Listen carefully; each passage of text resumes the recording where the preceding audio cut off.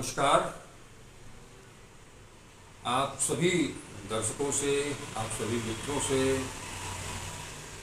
मैं लंबे अंतराल के बाद ज़रूर मिल रहा हूँ, लेकिन इस वादे के साथ मिल रहा हूँ कि अब हम निरंतर मिलते रहेंगे, कोई व्यवधान नहीं आएगा और आपको हर दिन मेरी कोशिश होगी कि एक नए विचार के साथ, नई सूचना के साथ, नई जानकारी के साथ आपके समक्ष उपस्थित हूँ।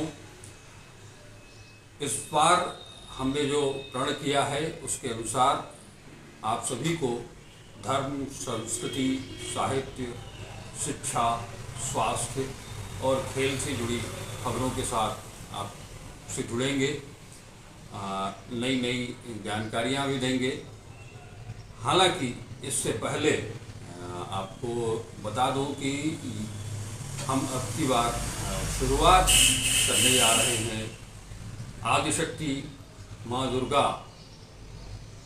के पर्व नवरात्रि से। नवरात्रि के बारे में इस बार हम आपको पहले दिन ये बताएंगे आज कि किस नवरात्र कितने दिनों का होगा।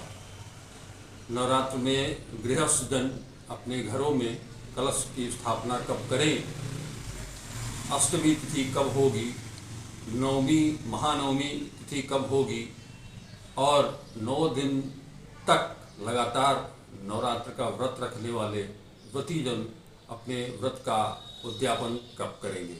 लेकिन ये सारी जानकारी आपको तभी मिल पाएगी जब आप सब्सक्राइब करेंगे हमारा YouTube चैनल सच्ची बात।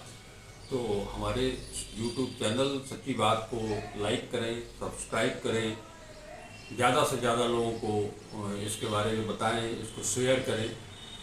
आपको ये भी बता दें कि हम केवल नवरात्र के कितने दिन का होगा, कब इसकी कलश स्थापना होगी, महाअष्टमी महानवमी के बारे में ही नहीं बताएंगे, बल्कि हम आपको रोजाना देवी के हर स्वरूप का दर्शन भी कराएंगे। ये बताएंगे कि वो मंदिर काशी में कहाँ अवस्थित है, किस हाल में है, कैसे इसकी स्थापना हुई, क्या देवी जिन देवी के बारे में आपको बताएंगे, आपके समक्ष बताने के लिए हम आएंगे, उनके बारे में पूरा सम्यक जानकारी आपको उपलब्ध कराएंगे। ये सिलसिला नवरात्र भर जारी रहेगा। नवरात्र के बाद भी हम काशी के ऐतिहासिक स्थल, धार्मिक स्थल, इन सब की जानकारी देंगे। तो लेकिन इसके लिए आपको मैं पुनः आपसे गुजारिश है कि मेरे YouTube चैनल सच्ची बात को सब्सक्राइब करें, लाइक करें, शेयर करें। तो अब हम काशी के प्रकांड विद्वान ज्योतिषाचार्य पंडित ऋषि द्विवेदी से मुखातिब होंगे और उनसे ये जानने की कोशिश करेंगे कि इस बार का नवरात्र कितने दिनों का है, कब इसके लिए कलश स्थापना की जानी चाहिए, महाअष्टमी कब पड़ेगी, महानवमी कब पड़ेगी। तो अगली आवाज़ के साथ हम पंडित ऋषि द्विवेदी के साथ मिलेंगे। पंडित ऋषि द्विवेदी के साथ। हाँ, मैं आप सभी को से परिचय कराता हूँ। पंडित ऋषि द्विवेदी जी जो काशी के सुनम बड़े ज्योतिषाचार्य भी हैं, काशी विश्वनाथ कार्यपालक परिषद के समिति के वो सदस्य भी रह चुके हैं और ज्योतिष के क्षेत्र में पंडित जी का बड़ा नाम है।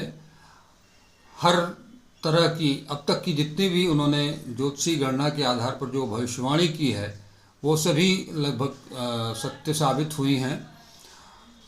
तो अब जबकि हम लोग नवरात्र से कुछ ही दिन पूर्व हैं, तो इसी सिलसिले में हम बात करेंगे पंडित जी से कि इस बार नवरात्र कब से शुरू हो रहा है, कितने दिन का नवरात्र होगा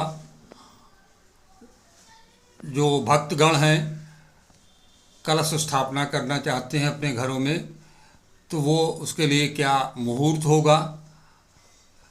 इस बार इस शारदीय नवरात्र में देवी भगवती का आगमन किस तरह से हो रहा है, किस तरह से उनका प्रस्थान हो रहा है, और जिस भी वाहन से देवी का आगमन और प्रस्थान हो रहा है उसका अपने देश काल पर क्या प्रभाव पड़ेगा, इन सब बातों पर हम लोग चर्चा करेंगे। तो अब आगे अगली आवाज़ पंडित ऋषि द्विवेदी जी की। पंडित जी, नवरात्र के बारे में कुछ बतावें हमारे दर्शकों को, भक्तों को। पहले नवरात्र की विशेषता और उसकी महत्ता के बारे में, उसके बाद फिर इस शारदीय नवरात्र के बारे में हम लोग बात करेंगे। बिल्कुल। मार्कंडेय पुराण में माँ पराम्बा के द्वारा जो प्रकट किया गया है उसमें नवरात्र का पूर्ण वर्णन मिलता है, जो दुर्गा सप्तशती के माध्यम से हम आपके सामने हैं। 9 रात्रियों तक यह व्रत किया जाता है, इसलिए इस व्रत का नाम है नवरात्रि। माँ पराम्बा को प्रसन्न करने के लिए, माँ शक्ति के अधिष्ठाता देवी पराम्बा माँ दुर्गा को प्रसन्न करने के लिए, जो हमारे यहाँ धर्मशास्त्र में हिंदी के 12 महीनों में जो इनका प्रमुख मास है वो आश्विन मास के शुक्ल पक्ष की प्रतिपदा से लेके महानवमी पर्यंत तक का समय जो है माँ पराम्बा के नाम से, माँ पराम्बा के नाम को वो किया गया है, समर्पित किया गया है। देखा जाए इस बार शक्ति के अधिष्ठात्री माँ दुर्गा के नवरात्र का प्रारंभ जो है 26 सितंबर से प्रारंभ हो रहा है, जो 4 अक्टूबर तक अर्थात महानवमी तक चलेगा। इस बार का नवरात्र अपने आप में बड़ा ही विशेष रहने वाला है। देखा जाए तो इस बार का नवरात्र पूर्ण 9 दिनों का है। 26 सितंबर से प्रारंभ होकर 4 अक्टूबर तक जो है इस बार का नवरात्र चलेगा। तो वही अगर देखें तो माता पराम्बा का आगमन गज पर हो रहा है, तो वही गमन भी गज पे हो रहा है, अर्थात हाथी पर आना और हाथी पर जाना। यह माता का आगमन गमन दोनों ही इस वर्ष बड़ा ही शुभ रहने वाला है, इस नवरात्र में बड़ा ही शुभ रहने वाला है, जिसका फल जो है सुवृष्टि, अच्छी वृष्टि। अर्थात अभी हम देखेंगे कि अभी नवरात्र से पहले जो है वृष्टि के लिए वृष्टि जो है अनियमित ढंग से हो रही थी, लेकिन अभी ये नवरात्र के बाद एक बार फिर वर्षा का सुंदर योग बनेगा और अच्छी खासी बरसात होगी। इस नवरात्र का फल ये है। वहीं अगर हम देखते हैं कि चूंकि नवरात्र का प्रारंभ जो है 26 सितंबर को हो रहा है, सबसे पहले जो है कलश स्थापन का मुहूर्त जानते हैं। तो देखें तो चित्रा पद्धति का जो है इस बार सहयोग नहीं है, दुर्योग नहीं है, तो निश्चित रूप में इस बार जो है कलश स्थापन के लिए आप वैसे सुबह से लेके प्रातःकाल सूर्योदय के बाद से लेके आप दिन भर कभी भी कर सकते हैं, लेकिन उसमें भी जो सबसे अच्छा समय होगा वह प्रातःकाल सूर्योदय के बाद से 9 बजे तक का समय विशेष होगा। तो वही अगर हम देखें तो इस बार महानिशा पूजन जो है, जो सप्तमी तो अष्टमी होती है, वह जो है 2 अक्टूबर को होगी। तो वही महाअष्टमी का व्रत होगा वो 3 अक्टूबर को होगा और 4 अक्टूबर को महानवमी होगा। और महानवमी चूंकि उस दिन जो महानवमी है वो दिन में 1:33 तक है, उसके बाद दशमी लग जा रहा है, अर्थात महानवमी और विजयादशमी इस बार जो है 4 अक्टूबर को मनाया जाएगा। लेकिन जो दुर्गा विसर्जन होगा वो 5 अक्टूबर को होगा। जो दुर्गा जी का जो विसर्जन किया था वो 5 अक्टूबर को होगा, और लेकिन नवमी और दशमी इस बार जो है 4 अक्टूबर को होगा। वही नवरात्र की जो पारणा होगी वह 5 अक्टूबर को होगी, महाअष्टमी की पारणा जो है 4 अक्टूबर को होगी। जी, इस बार भक्तों को के लिए कुछ विशिष्ट योग भी बन रहे हैं क्या इस नवरात्र में? देखिए, नवरात्र अपने आप में खुद ही एक संपूर्ण महायोग है, जो माँ आराध्या के लिए यह समर्पित होता है। तो इस नवरात्र में 9 दिन जो एक दिन होते हैं वो अपने आप में खुद ही एक विशिष्ट योग, विशिष्ट मुहूर्त अपने आप में संजोए हुए होते हैं।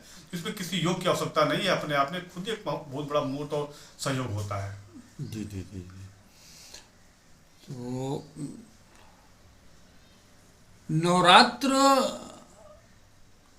वर्ष में 4 बताए जाते हैं, वो कौन से नवरात्र हैं और इस शारदीय नवरात्र का क्या महत्व होता है? जी देखिए, हमारे यहाँ धर्मशास्त्र में 4 नवरात्र बताए गए हैं, जिसमें वासंतिक और शारदीय, यह 2 प्रमुख नवरात्र होते हैं। इसके बाद 2 और नवरात्र होते हैं, जो कहा जाए तो हर 3-3 महीने पर एक नवरात्र आते हैं, जिसमें एक गुप्त नवरात्र, फिर एक जो है वासंतिक, फिर गुप्त, फिर जो है शारदीय। ये 4 तरह के नवरात्र होते हैं, जिस 4 बार नवरात्र आते हैं, जिसमें 2 प्रमुख होते हैं।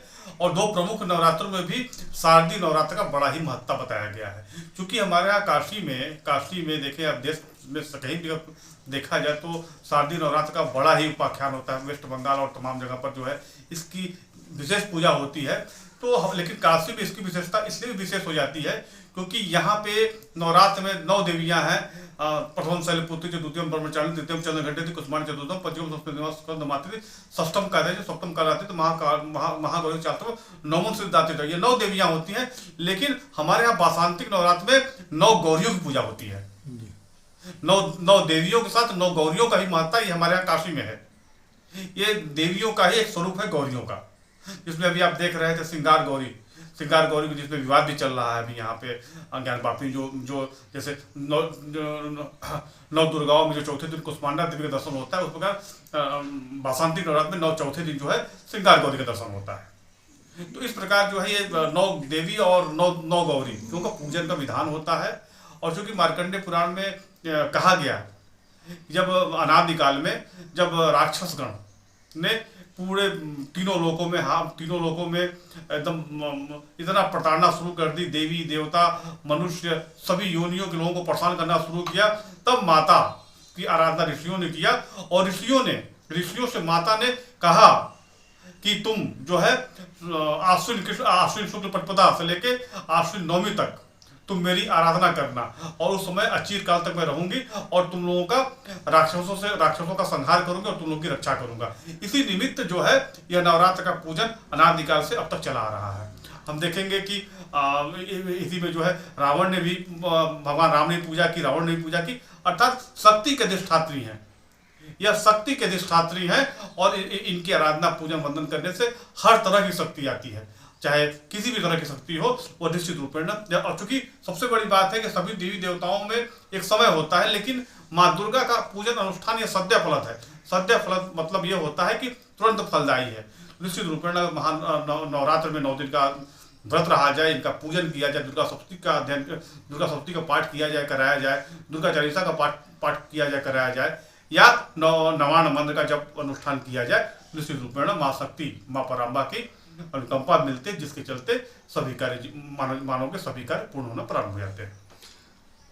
एक आखिरी सवाल है पंडित जी कि नवरात्र में भक्तों को क्या करना चाहिए, क्या नहीं करना चाहिए? देखिए, नवरात्र में चूंकि कोई भी व्रत हमारे यहाँ जब सनातन धर्म में होता है तो उस व्रत का एक संविधान होता है। उस संविधान के अंतर्गत ही रह के उस व्रत के विधान को पूर्ण करना चाहिए।